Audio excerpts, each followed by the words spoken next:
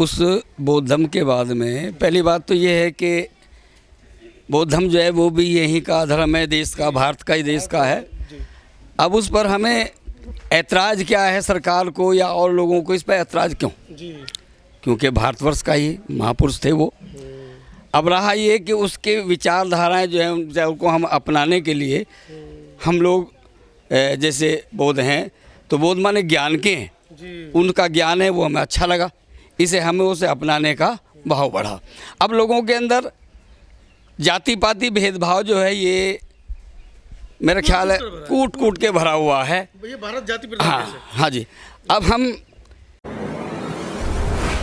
साथियों नमस्कार, आज गाज़ियाबाद के करेणा ग्राम में हूँ। मोहन नगर के पास ये गांव पड़ता है।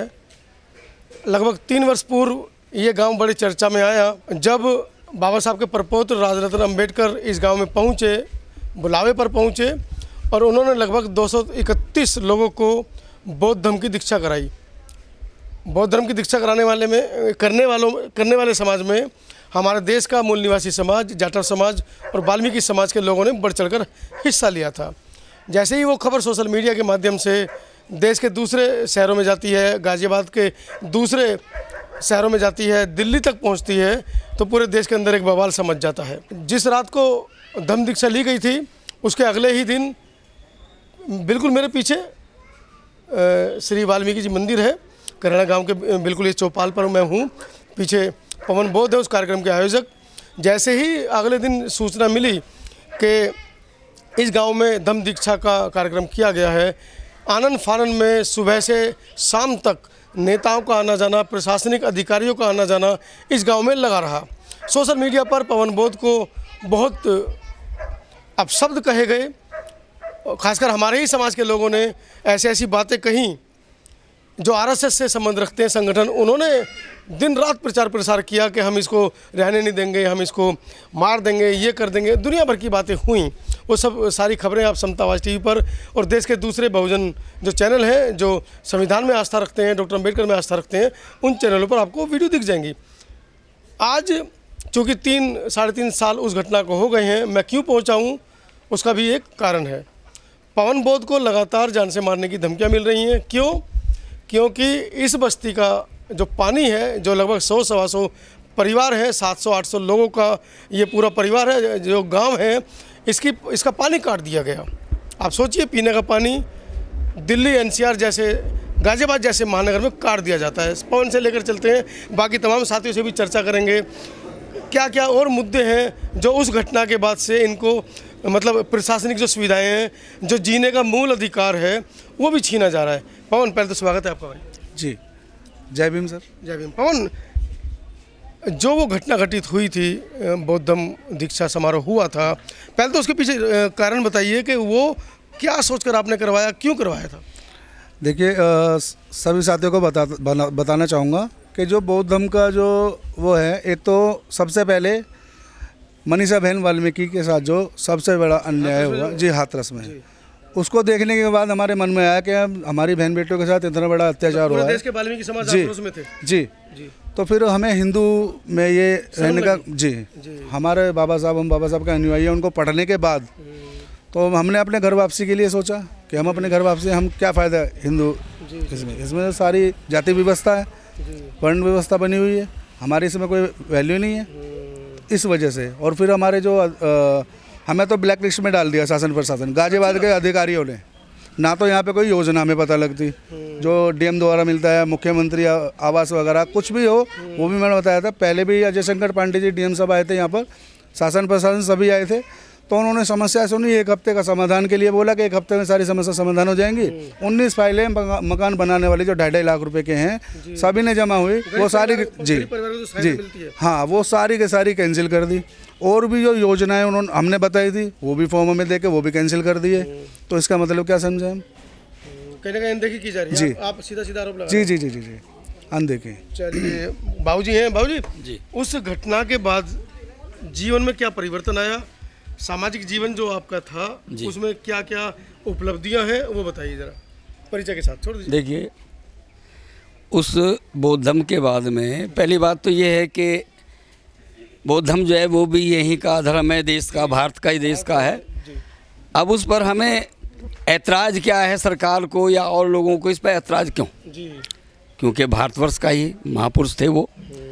अब रहा ये कि उसके विचारधाराएं जो हैं उनको हम अपनाने के लिए हम लोग जैसे बौद्ध हैं तो बौद्ध माने ज्ञान के हैं, जी उनका ज्ञान है वो हमें अच्छा लगा, इसे हमें उसे अपनाने का भाव बढ़ा। अब लोगों के अंदर जाति पाति भेदभाव जो है ये मेरा ख्याल है कूट कूट के भरा हुआ है। ये भारत जाति प्रधान देश है। हाँ हाँ जी। अब हम इस बौद्ध धर्म से हमें ये पता चला कि इसको हमें छोड़ के कि हमें इस धर्म में आ जाना चाहिए ताकि हमारा हक और हम विचारधाराएं ज्ञान धारा हमें इससे प्राप्त हो जाएं। अच्छा, उसके बाद उपलब्धियां जो हमें हुई उसके बाद हमें एक तो ये भाव मिला कि हम जानकार हुए, समझदार हुए कि हमें अपने हक के लिए लड़ना चाहिए। जो हमारे पवन बोध जी ने भी इन्होंने जानकारी कराई और बस्ती को भी जागृति हुई और जागे भी हैं ऐसी बात नहीं लोग। तो इसलिए मेरा तो भाव ये है कि अब जो हमारे साथ ये हो रहा है धमकी दे प्रशासन हो या कोई बदमाश लोग हैं जो भी हैं, ये जो हमारे साथ धमकी दी जा रही है ये बिल्कुल गलत है। इस पर हमारी सरकार को कानून को ध्यान देना चाहिए, इस बहुत ज़रूरी चीज़ है। नहीं तो पर ऐसे तो मर्डर होते ही रहेंगे, कहते रहें। बच्चों की शिक्षा का क्या हाल है यहाँ पर? बच्चों की शिक्षा का है मगर इतना नहीं है। स्कूल है, सरकारी स्कूल है, हाँ, उसमें 8वीं तक का है वो, उस पर बच्चे जाते भी हैं, कर भी रहे हैं कुछ पढ़ाई, ऐसी बात नहीं है। और इंटर 12वीं तक के BA तक के भी हैं बच्चे यहाँ। मगर भी आप जानते हैं कि कोई ऐसी योजनाएं तो सरकार के पास रही नहीं। सरकारी नौकरियां ये अपना वही पैसा धंधा करना पड़ रहा लोगों को, जब नौकरी नहीं तो ये धंधा करेंगे और इससे उद्धार तो हमारा होने वाला है नहीं। जब तक इस नरक की ज़िंदगी से हम ऊपर नहीं उठेंगे, जब तक हम बोध नहीं होगा कि कौन है क्या है, हम मनुष्य हैं, तो हम मनुष्यता के गुणों को अपनाना चाहिए। ये मेरा अपना विचार है। और मैं यही कहना चाहता हूँ कि भाई जागो, अंधकार से ऊपर उठो। कब तक ये नरक की ज़िंदगी जीते रहोगे, हैं जी? तो इसलिए मैं तो इतना कहना चाहता हूँ कि भाई हम थोड़े से जाग जाएं। मैं सभी से, आप लोग सभी जागिए भाई, जागो जागो जागो, कब तक अंधकार में रहोगे? मेरा नाम मूलचंद जी, जी मूलचंद जी, इसी गांव का। हाँ जी, कब से? पैदाइश से ही, जहाँ 50 साल से उम्र है मेरी। अच्छा, तो बाकी जैसे उससे कि बाबू ज़्यादा ने भी। बताया, उस घटना के बाद क्या क्या उपलब्धियां रहीं, क्या क्या सामाजिक स्तर पर आप क्या समृद्ध हो पाए और सरकारी स्तर पर आपके साथ किस तरह की घटनाएं जो घट रही हैं वो सब हमारे दर्शकों को बताइए। देखो, उपलब्धियाँ तो हमें कोई नहीं मिलेगी अभी तक, मतलब सरकार ने मानसिक कुछ नहीं दिया। हाँ, मानसिक शांति तो मिली ना? नहीं, हाँ, वैसे धर्म के अनुसार तो शांति मिली हुई है।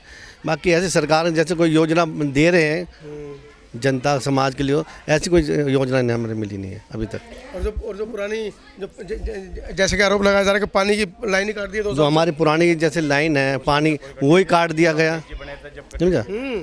जो हमारे 40-50 साल पुरानी लाइन है पानी की, वो समस्या ही काट दी पानी की, समझा? तो समस्या तो बहुत है, सरकार अगर देखी जाए तो बहुत कुछ समस्याएं बहुत हैं। अब इन समस्याओं को जन जन तक पहुंचाने का बीड़ा पवन ने उठाया और DM साहब के यहाँ पवन गए हैं। पवन ने आपत्तियां दर्ज कराई हैं, शिकायत दर्ज कराई हैं, उसको लेकर भी पवन को जान से मारने की धमकियां मिल रही हैं। पवन थोड़ा आ गया जी, क्या किस तरह की धमकियां हैं? कौन लोग हैं जो आपको इस तरीके से, मतलब इतने पूरे बड़े परिवार के रहते हुए आप लोगों को धमकी दे रहे हैं? सर ऐसा है कि धमकी देने वाले सब अपने ही होंगे जी, गांव के होंगे या आसपास के लोगों के, क्योंकि दिक्कत और किसको है? क्योंकि हमारे गांव के पार्षद हमारे यहाँ वो अनदेखा करते हैं। अब हमें आवाज़ उठाने के लिए अधिकारी के पास जाना पड़ता है। तो जो सत्ते में है उनको जलन हो रही है कि ये अपने काम अपने आप क्यों करवा रहे हैं। अच्छा, पार्षद जी को आप इग्नोर कर रहे हैं, उनका ये आरोप है। जब हाँ, हम तो इग्नोर करेंगे ना, जब हमारी बस्ती में आके वो देखते भी नहीं और सीधा बोलते हैं हरिजन बस्ती ने वोट नहीं दी। इस तरह से जवाब मिलेंगे तो हम क्या करेंगे? और ये धमकी भरा लेटर ये रहा, ये चौकी इंचार्ज साहब को दिया है मैंने जी। ये 21 तारीख का लेटर है, इसको पकड़ो। क्या लेटर है, दिखाओ जरा पढ़े। ये 21 तारीख का है जो है, ये देखो, इसी 21 का है। हाँ, ये जो हाँ 21 जुलाई का, इसमें लिखा है जून का, हाँ जून। इसमें लिखा है ये धमकी भी है तेरे लिए या इसे कुछ भी समझ लियो। पवन बोध, जब से तूने बौद्ध धर्म परिवर्तन करवाया है, भंगी और चमारों का हम गाँव वालों से अब नहीं डरते। अब पहले डरते थे, मतलब हाँ, मतलब पहले दबे हुए महसूस करते ना ये, मतलब जो भी है। अब तूने अपने आप ही पानी की लाइन लगवा रहा है, साले हम गांव के दबंग हैं, कई मर्डर करवा दिए हमने, अब तेरी बारी है, तू या तो यहाँ से भाग जा, नहीं तो तुझे जल्द ही मरवा देंगे, तू गोली का शिकार होगा जल्द ही। और तू अपने यहाँ डीएम वगैरह बड़े बड़े नेता बुला के तू अपने आप को बहुत बड़ा नेता समझता है। साले इस बार अपनी जान बचानी है तो गांव छोड़ दे जल्दी से जल्दी, 2 गोलियों में तेरा खेल ख़त्म।